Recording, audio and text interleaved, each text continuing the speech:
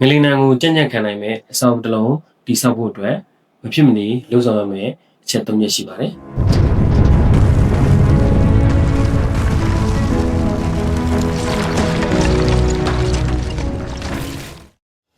နံပါတ်1အချက်ကတော့ကျွန်တော်တို့ soil test စစ်ဆေးခြင်းပဲဖြစ်ပါတယ်။ soil test စစ်ဆေးခြင်းဆိုတာကအဆောက်အဦတစ်လုံးတည်ဆောက်မဲ့နေရာရဲ့မြေသားရဲ့ခံနိုင်ရည်အားကိုစမ်းသပ်စစ်ဆေးခြင်းပဲဖြစ်ပါတယ်။နံပါတ်2အချက်ကတော့ကျွန်တော်တို့ဒီ structure design ရေးဆွဲခြင်းဖြစ်ပါတယ်။ structure design ရေးဆွဲတဲ့အခါမှာကျွန်တော်တို့ဒီ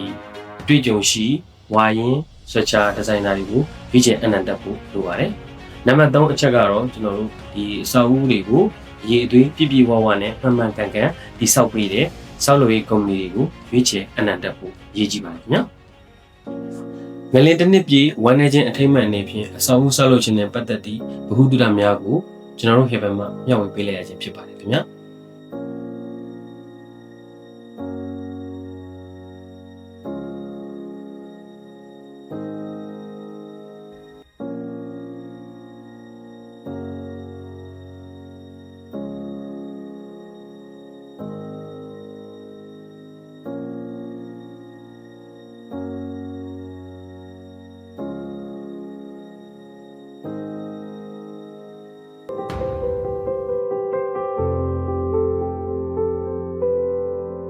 ရှုံကြည်မှုနဲ့အရေးအသွေးရင်းခံ Heaven